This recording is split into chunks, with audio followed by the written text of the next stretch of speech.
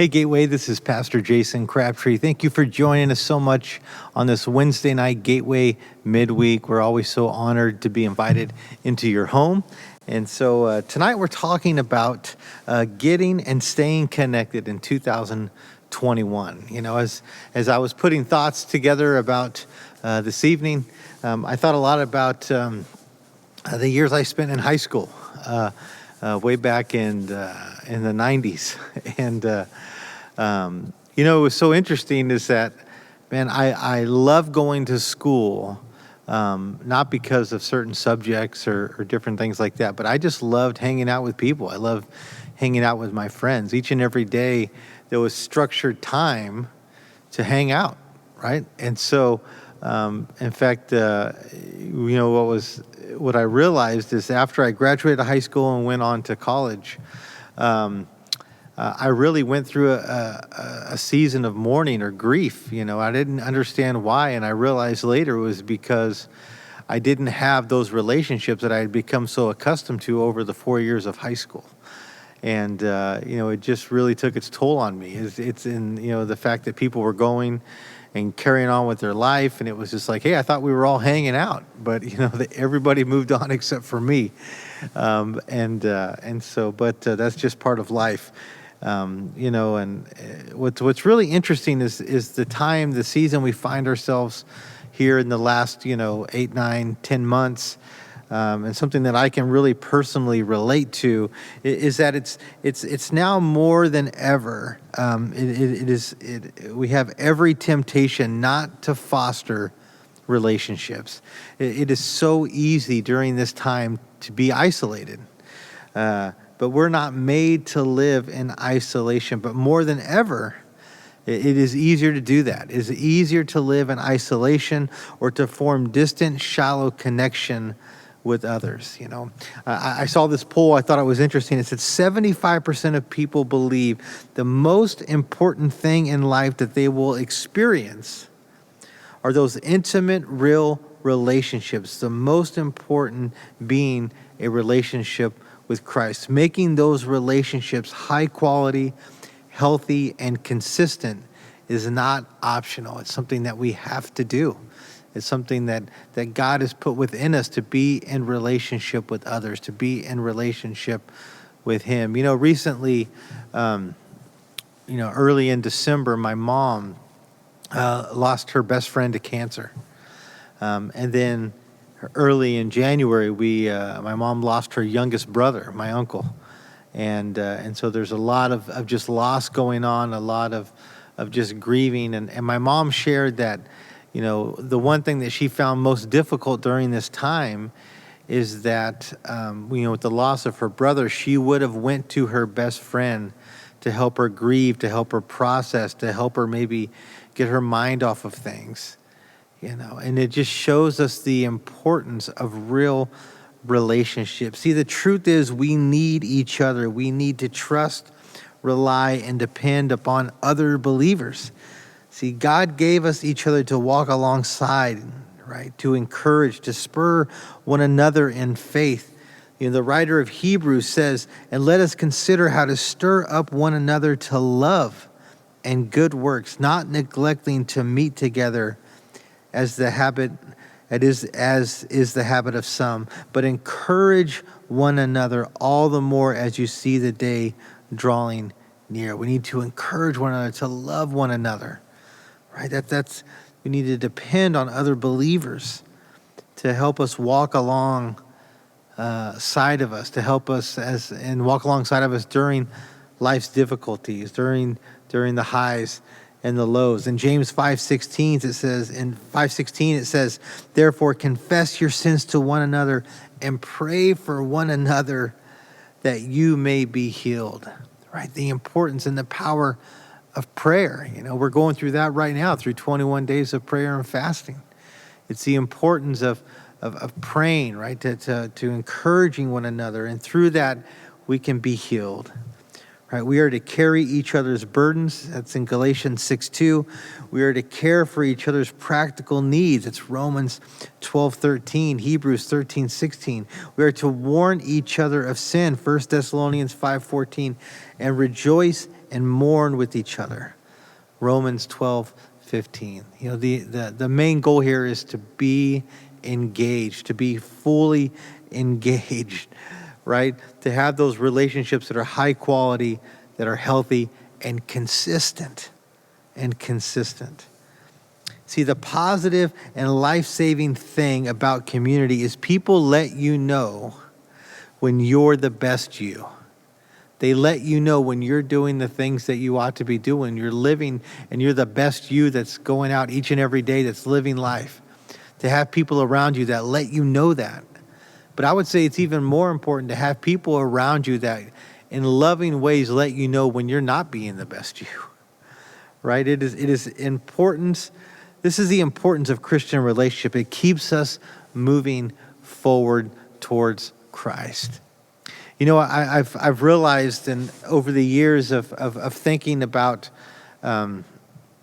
just how we look at relationship, how we look at different things, especially in regards to people, and kind of what circles we put them in, right? And so I think all of us, including myself, we'll draw a circle and we'll say if people do X, Y, and Z, if they think X, Y, and Z, then they're in the circle. If they don't, then they're outside of the circle. And we do this in different areas of life. We do this within church. We do this within our community.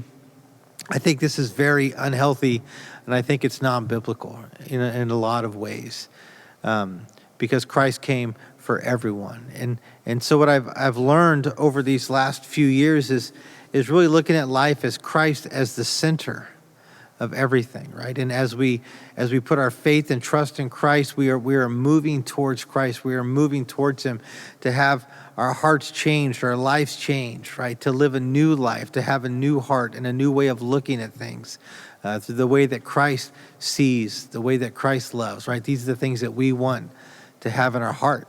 We want God to change us, right? And so we move closer to Christ. And what's interesting is you look at this, right? You look at the people around us, right? And I think of a lot of my friends. Some of us, we have a lot of things that we have in common, but there's a lot of things we don't have in common, right? There's different family upbringings and scenarios. There's different culture things that maybe we've grown up with and are accustomed to. Maybe we think different politically. Maybe we think different about music and movies and food. And there's all these things, right, that in some ways can bring us together, but also in a lot of ways divide us. But the importance that I'm trying to make is as we draw closer to Christ, as we take steps in the right direction towards Christ, and as other believers are also doing that, the more we get closer to Christ, the more we get closer to each other. See, Christ is the center and the foundation of all of our relationships. And I think that is so important to connecting with others and staying connected, right? As we're drawing closer to God, as we see that, then we start to learn the heart of God and how He has made us not to be in isolation, but He's made us to be in relationship with others. I wanted to share some thoughts from author Ben Higgins. It says, what is this life all about? What makes it worth living? What makes our days worthwhile? What keeps moments from others what keeps moments with others from being just a way to pass time? I don't know if you've ever been in those relationships where you just feel like you're hanging out with somebody, but you're just kind of passing time until something better comes along, right? The answer lies in connecting with people. Life matters most when shared, both the joys and the pains, the profound moments, as well as the most ordinary. That's what connecting looks like. It is being present without having an agenda. I love that. It is being present without having an agenda. Loving another both at their best and their worst. Right? I think that's what true love, true relationship is. I'm going to love you in the good times, and I'm going to love you when the bad times come, and they're going to come. But I'm going to stay committed. I'm going to stay consistent. I love that word, consistent. Again, he goes on, connecting means risking vulnerability and building each other up through encouragement. To connect is to see and be seen, to let each other know we are not alone and never will be, even when we're absent from one another. I think that's so key. Life still takes place without it. But the connections we make with others give fulfillment and joy and satisfaction and clarity. For many people, this realization does not come until their life is about to end. As the old saying goes, no one on their deathbed ever said, I wish I spent more time in the office. No. For me, I don't want to wait that long to figure this out. I want to begin living for connections now. I love how he closes here. It says, life is not about the next sale. It's not about the next promotion or the next dollar, the next house, the next car, the next great vacation. Real life has always been found in looking around you and participating in other people's stories, pouring yourself into them, giving to them more than they give to you. Let me read that again. Real life has always been found in looking around you and participating in other people's stories, pouring yourself into them, giving to them more than they give to you. This is why we need to get connected and stay connected. You know, some of you have let me know over these past months, you're maybe in a small group, you are in a Zoom small group or a regular small group. You've continued to meet during this time in safe and healthy ways. And if that's you, I want to encourage you to continue to meet. Maybe your small group has been meeting, but you've taken some time off. Get back together. Start connecting. Do it in safe ways, where you feel like you can connect during this time. But I want to encourage you to keep staying connected. And maybe for some of you, maybe your next step is to get connected. Maybe your next step is to get connected to Christ. That's just simply putting your faith and trust in him. Or maybe your next step is getting connected with others. And so I want to let you know that starting the first week of February, we're going to launch another 6 weeks of our Zoom small groups. And you can sign up by clicking the link in the description, or you can go to gatewayvisalia.com. At the top of the page, there's a tab that says Get Connected. You click on that, it'll take you to all the resources you need to sign up for a Zoom small group. Also a little over a year ago, we started a new way to connect called Circle Up Host Groups. Your people, your place, your way. And again, we're going to be launching another 6 weeks session of Circle Up Host Groups, again, starting in February. Again, you can find out about all that information by going to the Gateway website, clicking Get Connected, or clicking the link here below. If you want to host a Circle Up Host Group, we've got videos online that give you some training and some tools and resources to make that happen. And so we really want to launch you out and resource you, whether you want to connect online, whether you want to connect in person. We want to make sure we have you covered. We really believe in getting connected. It's going to make all the difference. And so, again, I want to encourage you as you process through what connection looks like. What does it look like to be in healthy, consistent lives, right, with other believers? As we draw close to God, as we make him our foundation, as we make him the center of everything, as we move towards that direction, we move closer to others around us, and we participate in their stories, giving more than they give us, right? We make it about their needs and not about our own. And that's the importance of relationship. That's the way we can become the best person that God has created us to be, and encourage and support others around us to be the best person that God's created them to be. And so a connection is so important to me. It's something that I think is just the lifeblood of our relationship with Christ, and definitely a huge part of what we do and a part of our purpose and DNA here at Gateway Church. And so I just want to thank you for just continuing to stay connected. Hopefully we'll connect with you this weekend, either online or on site. Again, we're also about a week into 21 days of prayer and fasting.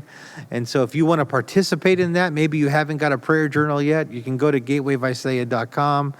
You can pick up all the resources there digitally, or you can come into the office and pick those up. I think we have some prayer journals right outside the office door. You can just drive up, grab one, and head on out. So we want to encourage you to participate in that.